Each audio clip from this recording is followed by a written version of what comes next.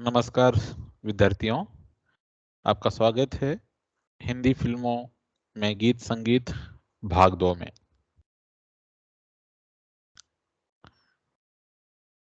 भारतीय हिंदी सिनेमा में बैकग्राउंड संगीत का समावेश करने का श्रेय सी रामचंद्र को जाता है।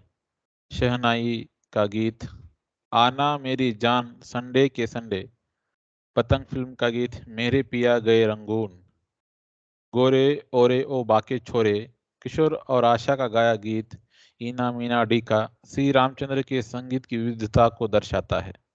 संगीतकार की जोड़ी जयशंकर शंकर जयकिशन ने शुरुआत की राज कपूर की फिल्म बरसात से। शंकर जयकिशन और राज कपूर की जोड़ी काफी लंबी चली और इसी जोड़ी ने सुपरहिट संगीत दिया। राज कपूर के अलावा शंकर जयकिशन ने दिलीप कुमार की 1952 में बनी फिल्म दाग के लिए बेहतरीन संगीत रचा, जिसमें तलत महमूद द्वारा गाया गीत ये मेरे दिल कहीं और चल आज भी लोगों की जुबां पर है।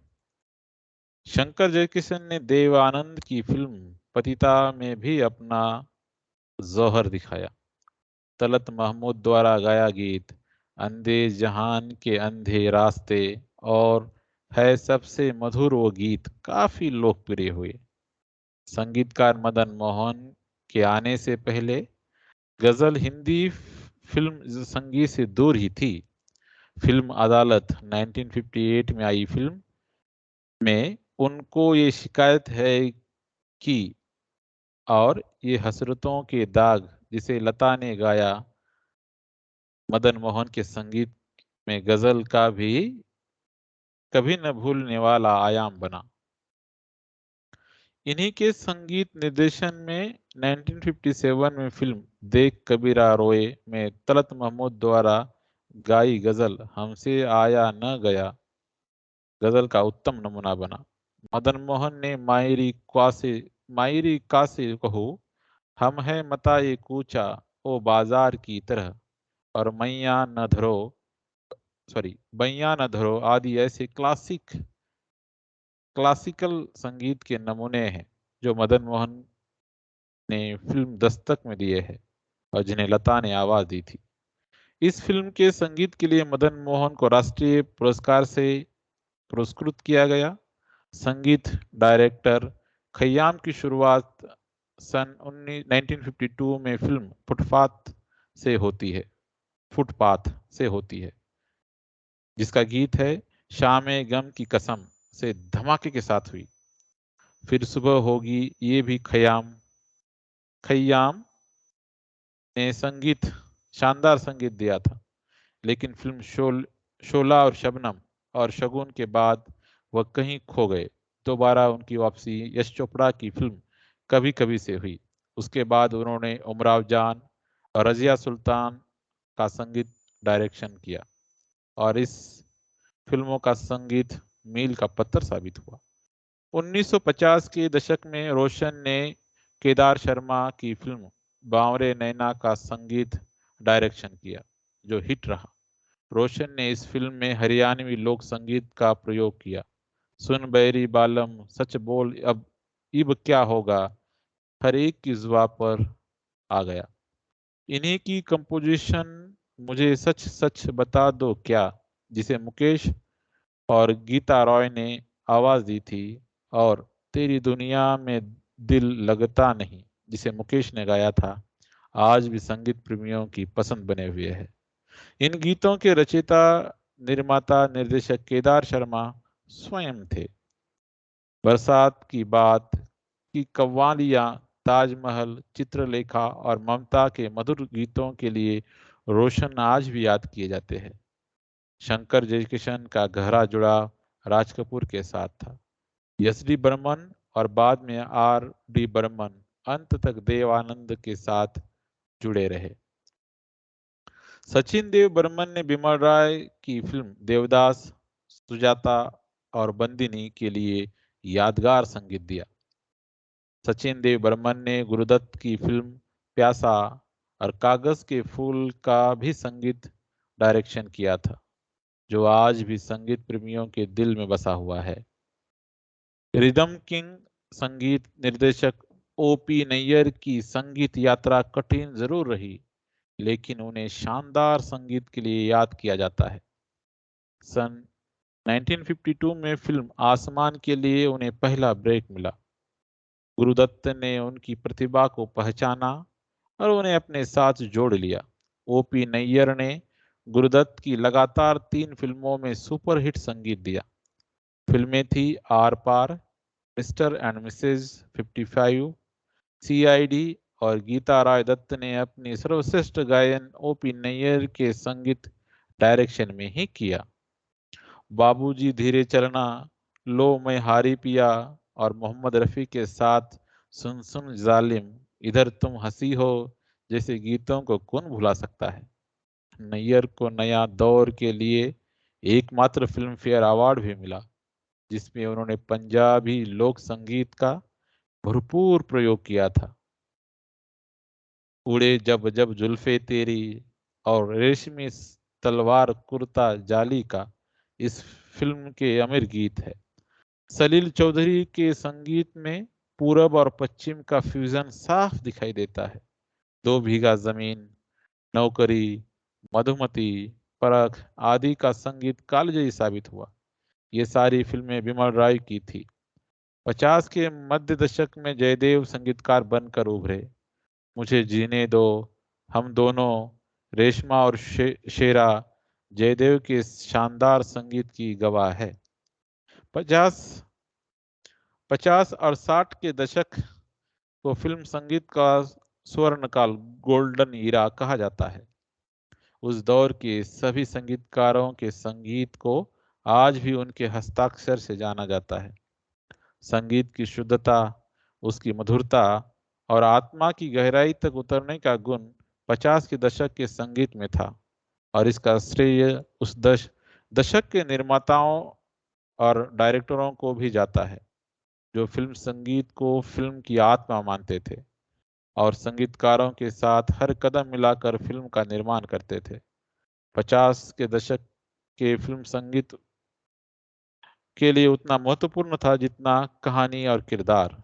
सच बात तो यह है कि कहानी और किरदार के सृजन को ध्यान में रखकर ही संगीत का सृजन किया जाता था। लेकर पहला पहला प्यार और आंखों ही आंखों में इशारा हो गया, जैसे गीतों को आज भी की भी पीढ़ी यूं ही नहीं गुनगुनाती। सच 50 और 60 का सच 50 और 60 का दशक फिल्म संगीत का गोल्डन इरा कहना अतिशयोक्ति नहीं होगा। 70 के दशक का 70s 70 के दशक का संगीत अपनी पहचान बनाने के लिए संघर्षरत लगता है। इसी दशक में लक्ष्मीकांत प्यारेलाल, कल्याण जी, आनंद जी और राहुल देव बर्मन ने अलग थलग संगीत शैली को विकसित किया और अपनी अपनी शैली बनाने में सफल भी रहे। लक्ष्मीकांत प्यारेलाल की जोड़ी एलपी के नाम से भी जानी जाती है। इस जोड़ी ने सबसे अधिक फिल्मों में संगीत दिया। शंकर जयकिशन और कल्याण जी आनंद जी के सहायक के रूप में काम करने के बाद उन्होंने स्वतंत्र पहचान पहली ही फिल्म पारसमनी से बनाई। दोस्ती के संगीत के लिए उन्हें फिल्म फेयर पुरस्कार से भी नवाजा गया। राहुल देव बर्मन ने हिंदी फिल्म में एक नया ट्रेंड शुरू किया। इलेक्ट्रॉनिक वाद्यों के साथ किशोर दा और आशा भोसले की आवाजों ने फिल्म संगीत के परिदृश्य ही बदल दिए। शोले, पड़ोसन, हरे राम हरे कृष्णा, तीसरी मंजिल, यादों की बारात, हम किसी से कम नहीं के संगीत इसके परिचायक है। परिचय, आधी, किनारा, अमर प्रेम और घर जैसी फिल्मों में अपनी भरपूर रेंज को साबित किया। 1942 ए लव स्टोरी का संगीत सुपरहिट हुआ, पर वे इस सफलता का आनंद उठाने से पहले ही दुनिया को अलविदा कह गए। 20वीं सदी के अंत तक आते आते जिस संगीतकार का संगीत ताजी हवा का झोंका बनकर आया, वो थे Allah Rakha Khan, A R Rahman.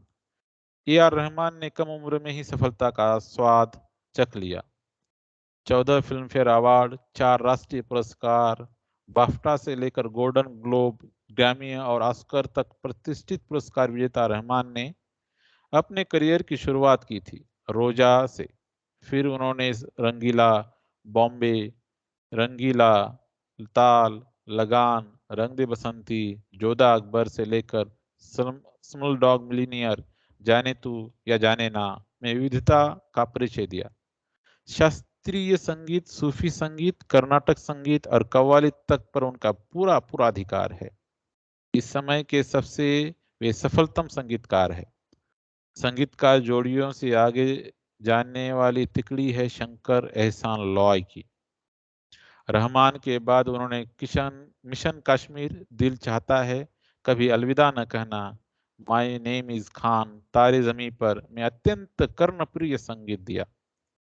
Film don के 2 गीतों खाई के पान बनारस वाला और ए मेरा दिल प्यार का दीवाना को वक्त के मिजाज और संगीत के बदलते ट्रेंड को ध्यान में रखते हुए उन्होंने ताजगी के साथ पेश किया। विशाल भारद्वाज ने अपनी अलग पहचान बनाई और अपनी फिल्म में संगीत भी दिया। तो दूसरी ओर गुलजार द्वारा निर्मित माचिस, कमल हसन की चाची 420, रामगोपाल वर्मा की सत्या में अपनी मौलिकता का परिचय दिया।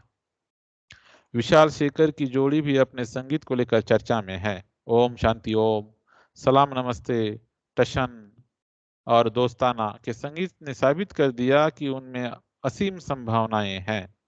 आज युवाओं की पहली पसंद विशाल शेखर है।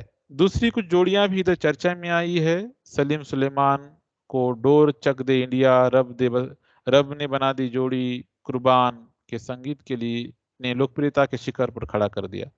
शांतनु मित्र, प्रीतम और मोंटी शर्मा आदि ने भी अपनी आवाज दर्ज करा दी है।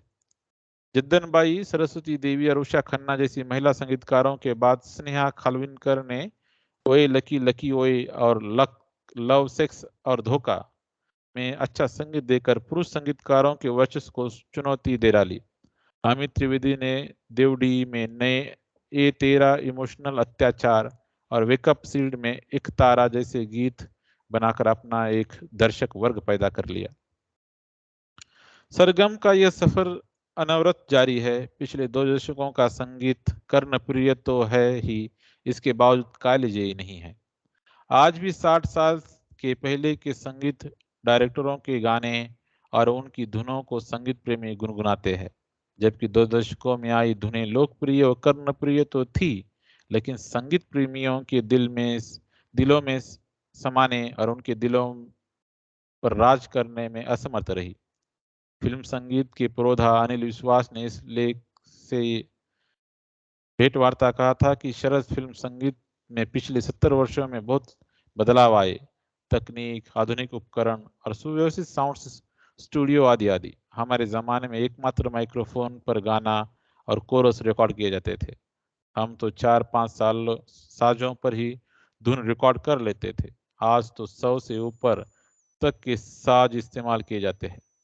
आज के संगीत के बारे में यही कहा जा सकता है कि एक बड़े जिस्म में आत्मा नाम की चीज नहीं है। आत्मा रही नहीं मगर गई, और आत्मा के बिना जिस्म तो मात्र लाश हो जाता है। सिने संगीत के भविष्य को लेकर उनकी कही गई ये टिप्पणी आज भी सटीक बैठती है। यहाँ हिंदी सिनेमा में गीत संगीत भाग 2 समाप्त होता है। धन्यवाद।